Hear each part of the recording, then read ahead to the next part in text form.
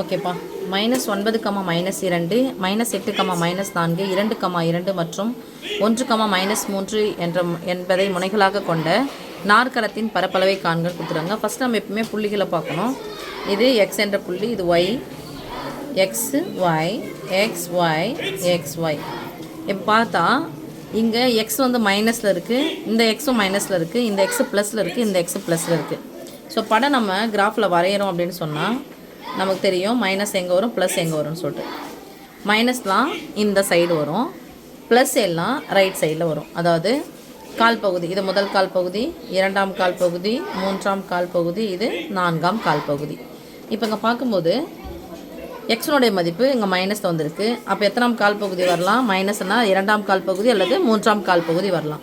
இங்கே பார்க்குறோம் ஒயினுடைய மதிப்பு மைனஸில் வருது. அப்போ மைனஸ் தான் இங்கே கீழே தான் இருக்குது. ஸோ மூன்றாம் கால் பகுதியில் தான் முதல் புள்ளி வரப்போகுது. இதுவும் மூன்றாம் கால் பகுதி. இன்னொன்று எக்ஸு ப்ளஸில் இருக்குது, ஒய்யு மைனஸ் இருக்குது. அப்போ மூன்றாம் கால் பகுதி, இது நான்காம் கால் பகுதி.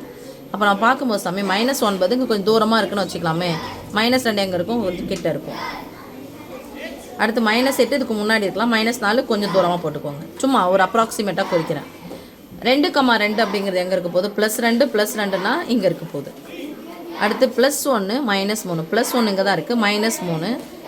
இந்த 1 + 1 -3 கொஞ்சம் இங்கே வச்சுக்கலாம். அப்போ புள்ளிகள் வந்து எப்படி இருக்குது பாருங்கள். இதான் முதல் புள்ளியாக குறித்தேன், இது ரெண்டாவது புள்ளி. படம் வரையும் போது எப்படி போவோம்? இங்கே போயிட்டு இங்கே போயிட்டு இங்கே போயிட்டு தான் நாங்கள் போவோம். அப்போ சி இதை குறிச்சிக்கலாம், இது டி குறிச்சிக்கலாம். ஸோ இந்த புள்ளி நம்ம என்னென்னு கொடுக்க போகிறோம்? ஏபிசிடின்னு சும்மா படப்பளவு குறிக்கும் போது பார்த்தோம்னா ஏபிசிடின்னு சொல்லிட்டு நாற்கரத்தின் பரப்பளவு. ஆனால் இங்கே பார்க்கும்போதே நீங்கள் ஒன்று தெரிஞ்சுக்கலாம். மைனஸ் ஒயினுடைய மதிப்பு இங்கே மைனஸ் இருக்குது, ஒயினுடைய மதிப்பு மைனஸ் இருக்குது, ஒயினுடைய மதிப்பு ப்ளஸ் இருக்குது. ரெண்டுமே ப்ளஸ் இருக்குது, மேலே தான் போக போகுது. ஸோ இங்கே மைனஸ் இருக்குது. அப்போ மூன்றுமே வந்து கீழே தான் வரும், இங்கேருந்து தான் மேலே போகிற மாதிரி இருக்கும். அப்போ மூன்றாவது புள்ளியாக நான் இந்த புள்ளியை தான் எடுக்கணும். ஸோ புள்ளிகளை எடுக்கும்போது நாற்கரத்தின் முனைப்புள்ளிகள் ஃபஸ்ட் புள்ளி -9, -2, -8, -4. நான் சொல்லேன் இங்கேருந்து போயிட்டு இங்கே தான் மூன்றாவது புள்ளி, இதை தான் நம்ம எடுக்கணும். மூன்றாவது புள்ளின்றதுனாது மைனஸில் வருது. அப்போ இதுதான் மூன்றாவது புள்ளி. 1, -3. நான்காவது புள்ளி ப்ளஸ்னுடைய மதிப்பு 2, 2. இப்போ நாற்கரத்தின் பரப்பளவு நம்ம கண்டுபிடிக்கலாம். நாற்கரத்தின் பரப்பளவுன்னு சொன்னாவே என்ன போட்டுக்கணும் சாமி? Of into. இப்போ இங்கே இந்த கொடுக்கப்பட்ட புள்ளிகளை இந்த புள்ளிகளை நம்ம ஆர்டர் பிரகாரம் எழுதியிருக்கோம் இல்லையா? இந்த புள்ளிகளை லைனாக எழுதிடலாம். -9, -2, -8, -4, 1, -3. அப்புறம் கடைசி புள்ளி 2. நாற்கரத்தின் புள்ளிகள் எழுதும்போது இந்த முதல் புள்ளியும் திருப்பி என்ன பண்ணோம்? ரிப்பீட்டடாக எழுதணும். அப்போ முதல் புள்ளி -9, -2 எழுதியாச்சு. சதுர அலகுகள் போடணும். இப்போ அடுத்த பாயிண்ட்டு, ஸோ ஆஃப் இன்ட்டு மேலேருந்து கீழே போயிருக்குங்க சாமி. மேலேருந்து கீழே வா, குறிகளை மாற்றாதீங்க. மேலேருந்து கீழே வா, குறிகளை மாற்றக்கூடாது. மேலேருந்து கீழே வா, குறிகளை மாற்றக்கூடாது.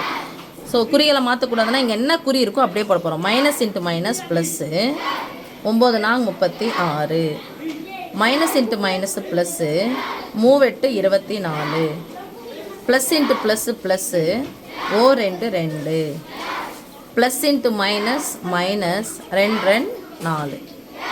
ஸோ முடிஞ்சிச்சு. இப்போ கீழே இருந்து மேலே போகிறோம், குறிகளை மாற்று. கீழே இருந்து மேலே போகிறோம், குறிகளை மாற்று. கீழே இருந்து மேலே போகிறோம், குறிகளை மாற்று. அப்போ குறிகளை மாற்றுறோன்னா என்னென்னா, நம்ம பெருக்கும்போது ப்ளஸ் வந்துச்சுன்னா நம்ம என்ன போட்டுக்கணும்? மைனஸ். பெருக்கும்போது மைனஸ் வந்தால் என்ன போட்டுக்கணும்? ப்ளஸ் போட்டுக்கணும். ஸோ குறிகளை மாற்றிடணும். மைனஸ் இன்ட்டு மைனஸ் ப்ளஸ் வருது. அப்போ என்ன போட போகிறோம்? Minus. 8 16. Minus into plus minus. So minus வரதுனால என்ன போட போகிறோம்? Plus. 1 4. Minus into plus minus. Minus பதிலாக என்ன பண்ண போகிறோம்? குறியை மாற்ற போகிறோம். கீழேருந்து மேலே போனால் குறியை மாற்று. Plus 3 2 6. Plus into minus minus. அப்போ மைனஸ் பதிலாக என்ன போட போகிறோம்? ப்ளஸ் போட போகிறோம். 9 2 18 சதுர அலகுகள். இப்போ குறிக்கும் போது ப்ளஸ்லாம் ஒன்றா கூட்டணும், மைனஸ்லாம் ஒன்றா கூட்டணும், அதுக்கப்புறம் கழிக்கணும் அப்படிலாம் அப்படின்றது பதிலாக ஈஸியாக எதெல்லாம் இருக்குதோ அதை நம்ம கழிச்சு விட்டுடலாம்.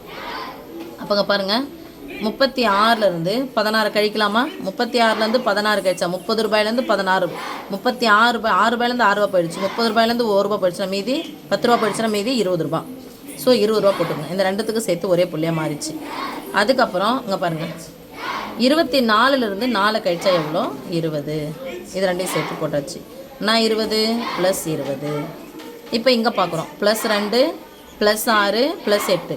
இந்த +2 +18 கூட்டினா +20 +6 4 கூட்டினா +10 சதுர அலகுகள். ½ இன்ட்டு இப்போ நல்லா பார்த்துக்கலாம். 20 20 20 40 40 20 60 60 ஒரு 10 70 சதுர அலகுகள். நல்லா கவனிங்க சாமி. 70ல் பாதின்னு அர்த்தம். இது நடுவில் அந்த இன்டர்னல் அர்த்தம் பெருக்கல் தானே. ஒரு முழு எண் ஒரு பின்ன எண் வருது அப்படின்னு சொன்னால் நடுவில் பெருக்கல் வந்தால் குறுக்க கேன்சல் பண்ணு. சம்மந்தம் தான் குறுக்க கேன்சல் பண்ணு. இல்லை அப்படின்னு சொன்னால் நேராக பெருக்கி பை போட்டுக்கோ அப்படின்னு அர்த்தம். இப்போ இங்கே பார்க்கலாம். குறுக்க கேன்சல். ஏன்னா நடுவில் என்ன வந்திருக்கு? பெருக்கல். ஸோ குறுக்க கேன்சல் பண்ணுறோம். 2 2 70 ரூபாயை பாதியாக பிரிக்கணும். அதான் இதனுடைய அர்த்தம். 70ல் பாதின்னு அர்த்தம். 70ல் பாதி. அப்போ 70 பாதியாக்கினா எவ்வளோ வரும்? 35. 2 6 மீதி 1 2 10. அதை தான் சொல்கிறேன். 70ல் பாதி 35 சதுர அலகுகள். ஸோ அந்த நாற்கரத்தின் பரப்பளவு 35 சதுர அலகுகள். ஒருவேளை நீங்கள் புள்ளிகளை இது கொடுத்துருக்கிற மாதிரி போட்டோம்னா ஆன்சர் வந்து தப்பாக வந்துடும். ஸோ படத்தை ஒரு முறை புள்ளிகளை பார்த்துட்டு அதுக்கப்புறம் எங்கே வரும் கிராஃபில் அப்படின்னு பார்த்துட்டு அதுக்கப்புறம் நாற்கரத்தினுடைய பரப்பளவு கண்டுபிடிக்கணும். ஓகே சாமி, தேங்க்யூ.